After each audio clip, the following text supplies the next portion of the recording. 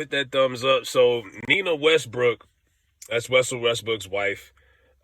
She made that statement a few days ago about Skip Bayless, who basically transcended sports media and is what you see on sports TV today. He's responsible for most of what you see. Everyone's taken Skip's approach and philosophy to this business, and guys are just straight out critical. It's hot take after hot take. And yeah, Russell Westbrook has been having a bad season. Turnover machine. The Lakers aren't in the playoffs. They're trying to fight to be in the hunt. It's been a disaster. And now he's no longer this Westbrook was kind of like a NBA media darling for so many years. They loved him. Oh, look, let's see what West is going to wear going to the game. Oh man, that Russell Westbrook, he's sure got a lot of energy. He's got so much heart. They loved him. He was a media darling. And now, because the whole thing with KD, it was made out to like Westbrook was the bad guy. He wouldn't give up the ball.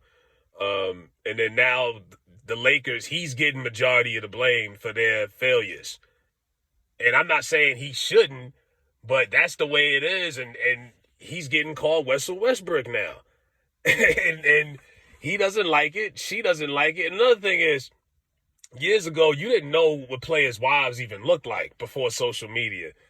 Michael Jordan's wife, Juanita, might have been the most popular housewife. Maybe Magic's, Cookie Johnson. You didn't really know nobody's wife and family and who all's.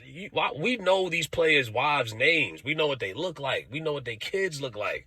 And it's kind of creepy when you think of it that way. But these people, they whole family is exposed. And when you expose your whole family to the public as a public figure, hey, you put it out there. You can't expect. You're putting yourself out there. Of course, people are going to say some wild stuff from time to time. But when you're making $40 million a year, it's like you can't shrug that off. I know I could. Like, baby, this is a part of the game. Like, look at Savannah. She been down with LeBron since high school.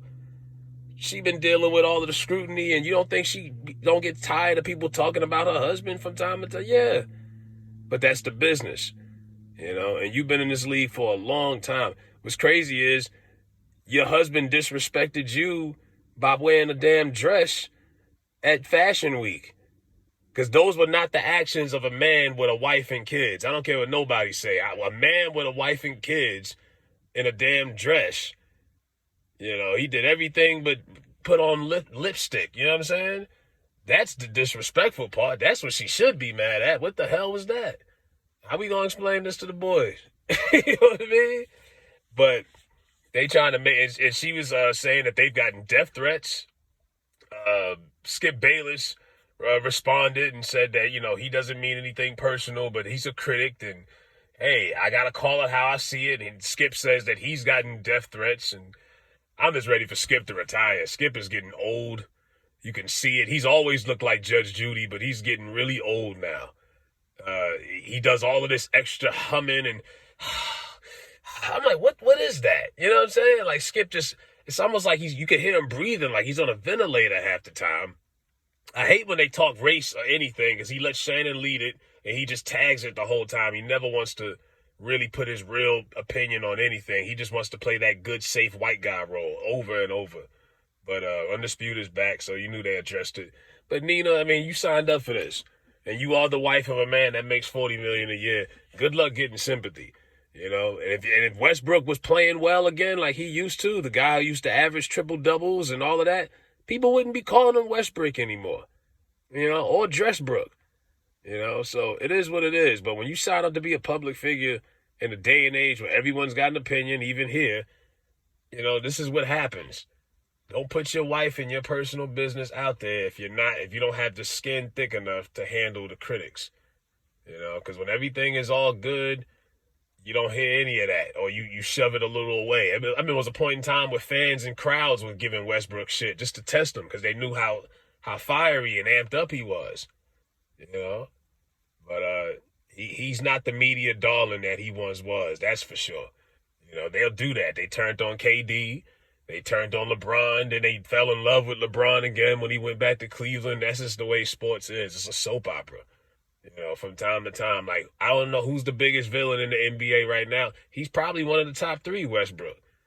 You know what I mean? Just based off his play. People are blaming the Lakers. All of that is being blamed on him mainly. LeBron's having a great season for 37.